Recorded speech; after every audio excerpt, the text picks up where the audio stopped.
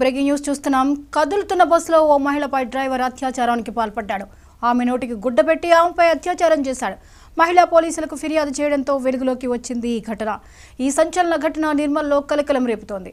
నిర్మల్ నుంచి ప్రకాశం జిల్లాకు వెళ్తున్న హరికృష్ణ ట్రావెల్స్ బస్సులో ఈ దారుణం చోటు చేసుకుంది. ప్రయాణికులు 100 నెంబర్కు ఫోన్ చేశారు. డ్రైవర్ను అదుపులోకి తీసుకుని బాధిత మహిళను ఉస్మానియా ఆసుపత్రికి తరలించారు. ఆ సమయంలో బస్సులో 36 మంది ప్రయాణికులు ఉన్నారని పోలీసులు వెల్లడించారు.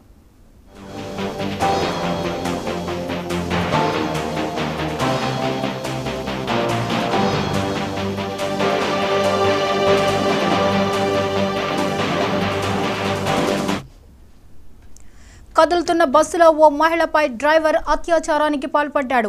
ఆమె నోటికి గుడ్డ పెట్టి ఆమెపై అత్యాచారం చేశాడు.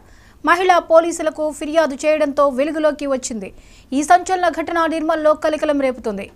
నిర్మల్ నుంచి ప్రకాశం జిల్లాకు వెళ్తున్న హరికృష్ణ ట్రావెల్స్ బస్సులో ఈ దారుణం చోటు చేసుకుంది. ప్రయాణికులు 100 నెంబర్కు ఫోన్ చేశారు. డ్రైవర్ను అదుపులోకి తీసుకుని బాధిత మహిళను ఉస్మానియా ఆసుపత్రికి తరలించారు.